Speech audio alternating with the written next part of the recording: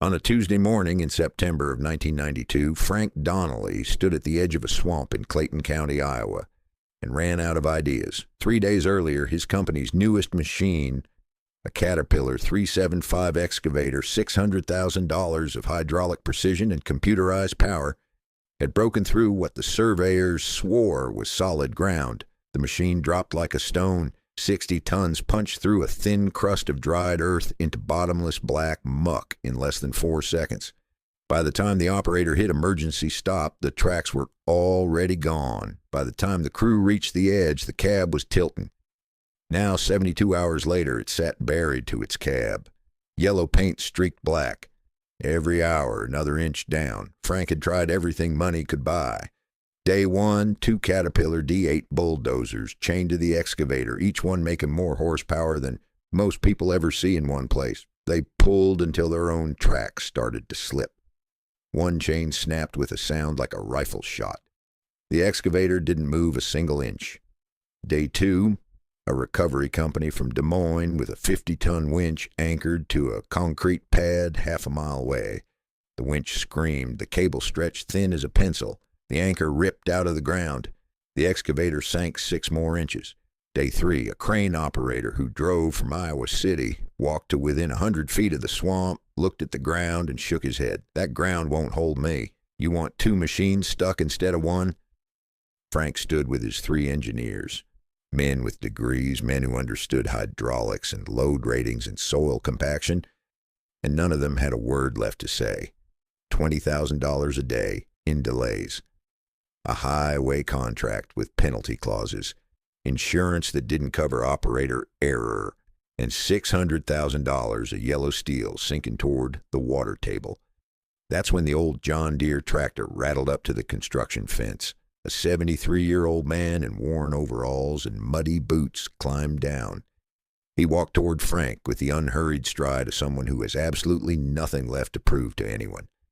He stopped at the edge of Frank's group, looked at the swamp, looked at the useless bulldozers, looked at the broken cable coiled in the mud, and then looked at Frank.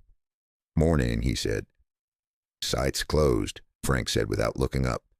"Insurance liability. I'm not a visitor. I'm your neighbor, Walter Brennan. I farm the 400 acres on the other side of that tree line." He nodded toward the swamp.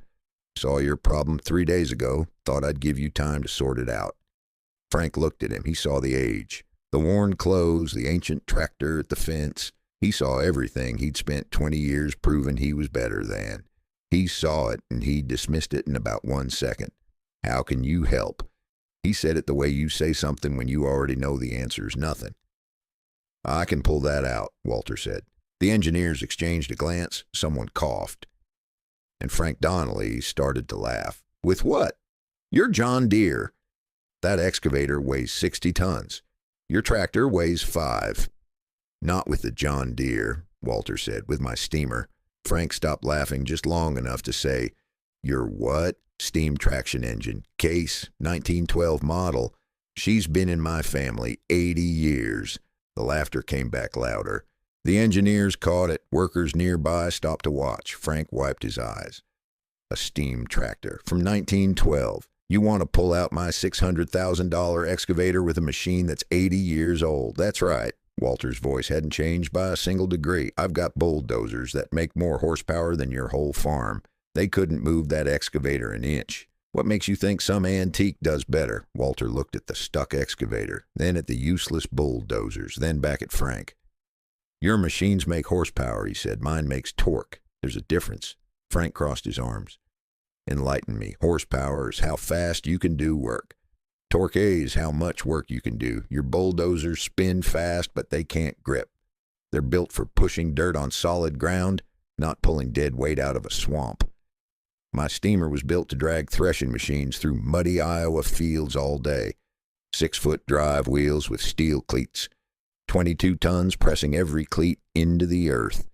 She doesn't spin, she grips, and she has no computer telling her when to stop." Frank shook his head. "This is adorable. But I have a real problem here worth more than most men make in 10 years. And I don't have time for—" "You've had 3 days," Walter said. "You tried bulldozers. You tried a 50-ton winch. You tried a crane that wouldn't get close. He let that land for 1 second. I'm not charging anything. If it doesn't work, you lose an hour. If it does, you donate to the Clayton County Historical Society. Whatever you think is fair. Frank looked at his engineers. One of them shrugged. Fine, bring your museum piece. At least when it falls apart, my men will have something to laugh about. Walter nodded once, climbed back on his John Deere, and drove home to get the machine that would make every single one of those engineers go completely silent. Now let me tell you about Walter Brennan, because you need to understand the man before you can understand what he brought back down that gravel road. Walter had farmed the same 400 acres in Clayton County for 50 years. His grandfather August had arrived in Iowa in 1898 with nothing but willingness, spent 14 years as a hired hand, and saved enough to buy his own ground. The Brennan family understood what it meant to build things slowly and invest in what lasted. In 1912, August made the largest purchase of his life. A Case 110 horsepower steam traction engine, brand new, for $3,200. More than most farms in the county cost that year, but August had seen what these machines could do, and he understood that the right tool paid for itself. The engine was a monster. 22 tons of iron and steel. A boiler 12 feet long, holding 150 gallons of water. Rear drive wheels 6 feet in diameter, each one studded with heavy steel cleats, forged to grip any surface. Mud, clay, wet grass, gravel, frozen ground. The gearbox was built so heavily that each gear tooth was thicker than a man's thumb. August used it for 20 seasons. Pulled threshing rigs from farm to farm during harvest. Dragged stumps from fields being cleared. Did the work that was simply beyond any animal. Then gasoline tractors arrived, smaller, cheaper, easier to start on cold mornings. Most farmers scrapped their steamers for parts. August couldn't do it. He drove the Case into the old equipment shed, covered it with canvas tarps, and left it there. He died in 1952. The engine sat for 32 more years. Walter found it in 1984 while cleaning out the shed. He pulled back the tarps, expecting rust and ruin. He found his grandfather's machine. Dusty, cobwebbed, home to generations of barn swallows, but fundamentally intact. Every part present, the boiler still held pressure, the gears still turned by hand. He spent 3 years restoring it, found a retired machinist in Dubuque named Harold Foss who had worked on steamers in the 1930s and still remembered every valve and fitting and pressure tolerance, tracked original parts from collectors across the Midwest, learned to read the gauges, manage the firebox, understand the voice of a machine that communicated entirely through sound and heat. By 1987, the Case was running. Walter took it to county fairs. He fired it up the first Sunday of every month just to keep the seals soft and the gears moving, just to hear the whistle echo across the flat Iowa land the way it had when his grandfather was alive. He always knew the machine was powerful. He just hadn't had a reason yet to show anyone exactly what that meant until now. It took 2 hours to fire the engine up after Walter got home. You couldn't start a steam traction engine like a diesel. You built a fire, fed it until you had solid coals, waited while the water heated, watching the pressure gauge climb from 0, checked every fitting, every valve. You did not rush because steam under pressure inside iron had no patience for impatience. By noon, the gauge showed him what he needed. He eased the throttle open, and the Case 110 began to move. The construction crew heard it before they saw it. First the sound, a deep, rhythmic chuffing that belonged to a different century entirely. The breathing of something enormous and patient and completely indifferent to anyone watching. Then the ground vibration as 6-foot steel wheels bit into the gravel with each rotation. Then the whistle. Walter pulled the cord as the engine crested the rise above the construction site. And the sound that came out was not the beep of a modern machine, but a full industrial scream designed to carry half a mile across open fields. Every head turned. The Case 110 came over the rise and everyone went quiet. It was enormous in a way that photographs never captured. The boiler stretched 12 feet, painted black and polished to a working sheen. Brass fittings caught the September noon sun and threw light in multiple directions. Black smoke rolled from the stack in rhythmic puffs. Steam hissed from the relief valves, and the drive wheels 6 feet tall, each steel cleat pressing 4 inches of forged iron into the gravel road, made a sound with each rotation that you felt in your chest before you heard it with your ears. Frank Donnelly stood where he'd been standing, arms still crossed, smile still there, but smaller now, getting smaller with each rotation of those wheels. Jesus, a worker said. Look at the size of that thing. It's an antique, Frank said. His voice had lost half its certainty. Belongs in a museum. Walter brought it to the edge of solid ground, 200 feet from the excavator, and set the brake. He climbed down and uncoiled the chain from the rear of the machine, links as thick as a man's wrist, forged in 1910. In the Brennan family, since August, bought the engine. That chain won't hold, an engineer said. We snapped a cable rated for 50 tons. This chain is rated for 80, Walter said, already walking toward the swamp. And cable fails all at once. When it hits its limit, it snaps with no warning. Chain stretches first, it tells you before it breaks.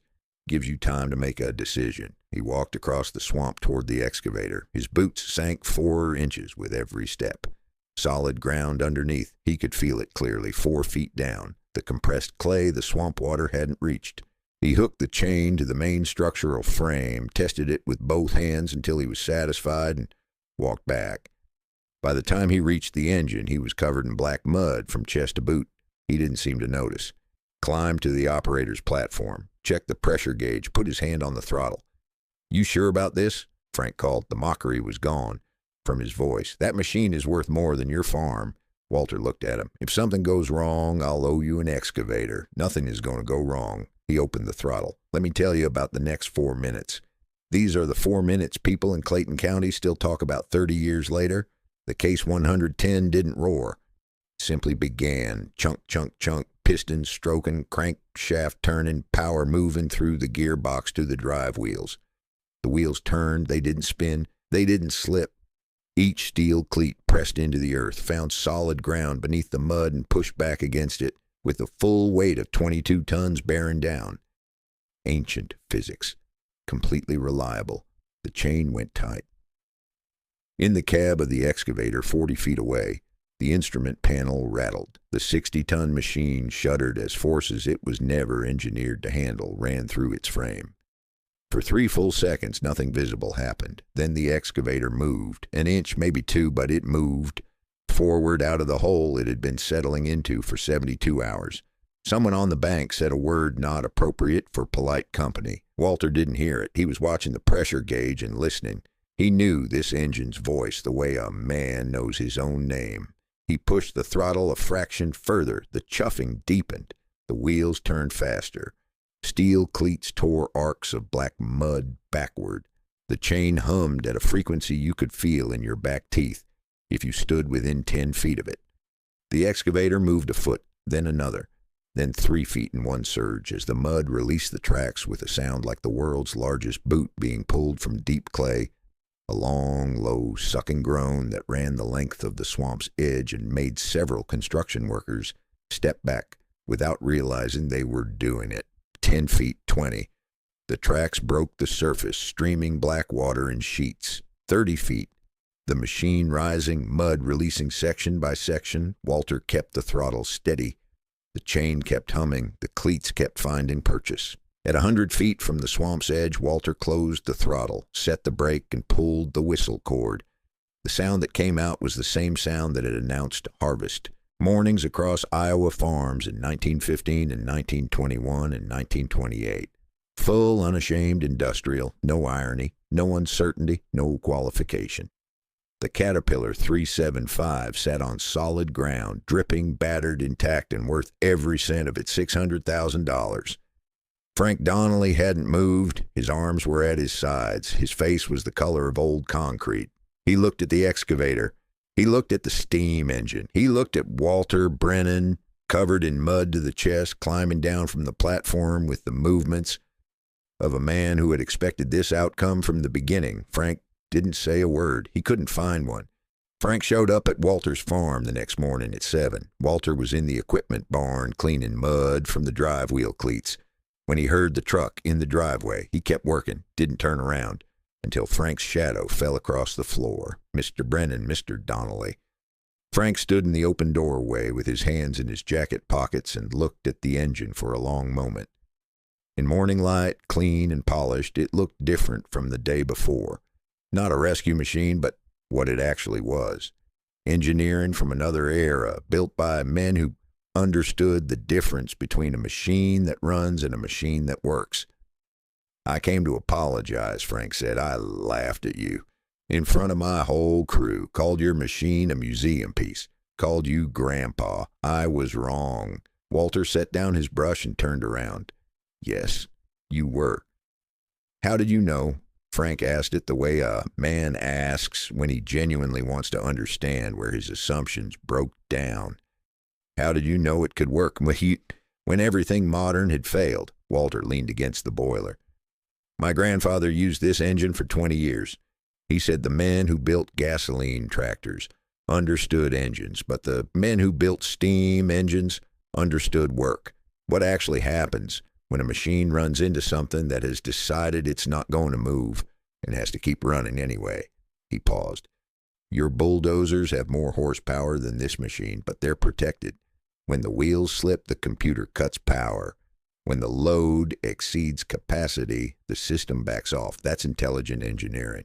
It saves your machines and protects your operators, but it gives them a ceiling, a point they will not go past." He looked directly at Frank. "The case has no computer, no sensors, no protection systems. The only protection is me, standing at the throttle, listening, deciding when to push and when to ease off. Yesterday it was telling me it was working, so I kept working." Frank reached into his jacket and opened his checkbook. "How much do I owe you?"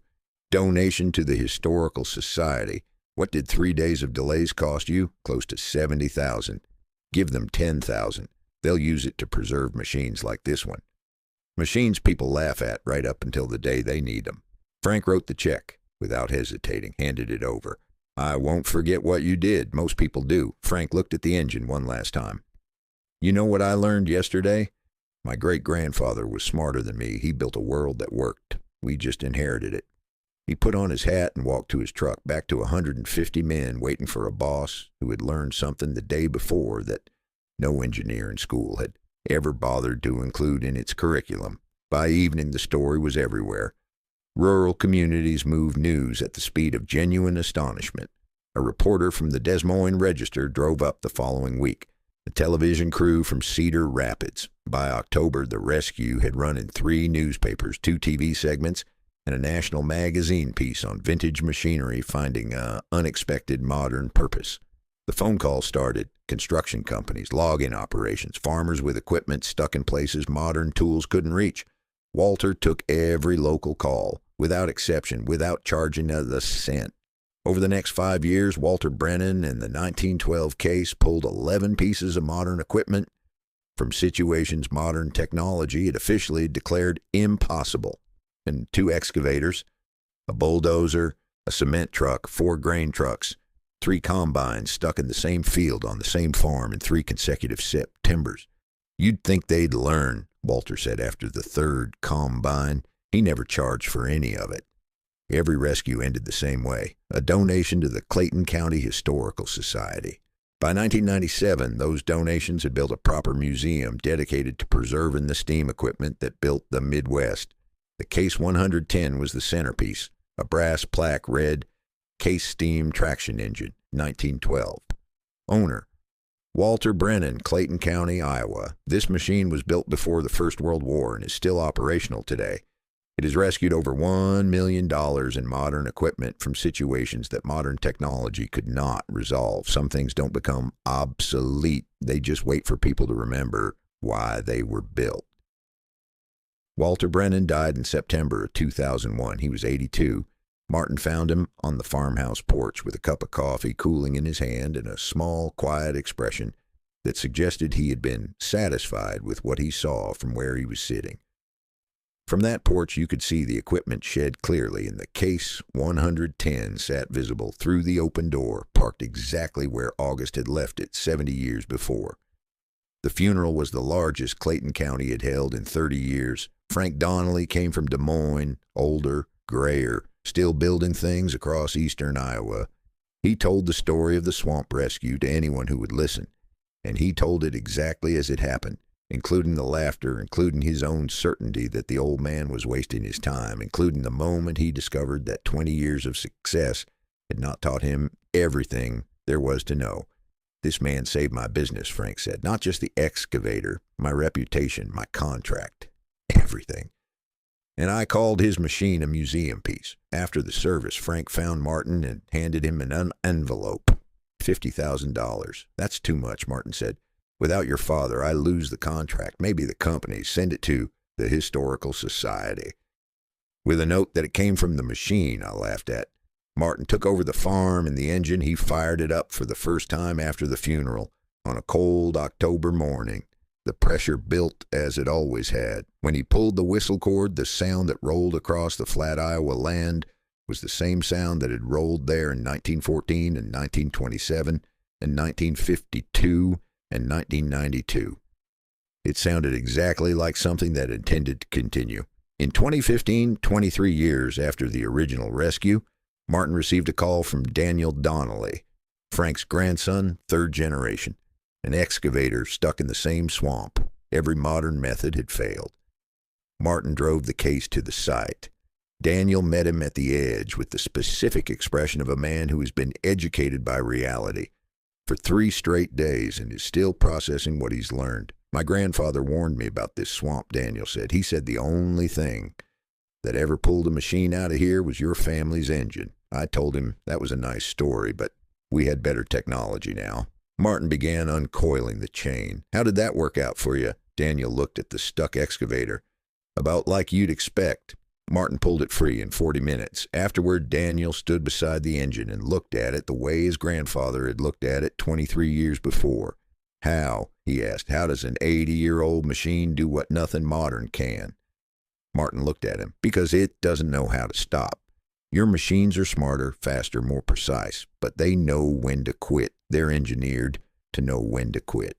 This engine has no such engineering. It just pulls. And some problems don't need intelligence. They need stubbornness. He drove back down the county road at 5 miles an hour. Daniel Donnelly stood at the swamp's edge and watched him go until the machine crested the rise and disappeared. The 1912 case steam traction engine is still in the Brennan family barn in Clayton County, Iowa. Martin fires it up the first Sunday of every month. He answers the phone when it rings with news of something stuck that nothing modern can move. He never says no. His daughter Emma learned to operate it on her 16th birthday. The 4th generation of the Brennan family to stand on that platform with a hand on the throttle, listening. The engineers say steam power is ancient history. The experts say modern machines can handle anything. The construction companies say their equipment has no limits. But in Clayton County, Iowa, there is a shed behind a farmhouse where a machine built in 1912 sits waiting with the patience of something that is never needed to hurry. Its boiler holds pressure. Its gears turn. Its 6-foot drive wheels grip any surface on earth. It has been there for over 100 years. It will be there for 100 more. And every time someone stands at the edge of an impossible problem and says nothing can pull that out, the Brennan family fires up the boiler, builds the pressure, and lets the whistle answer. It always answers the same way. It always will.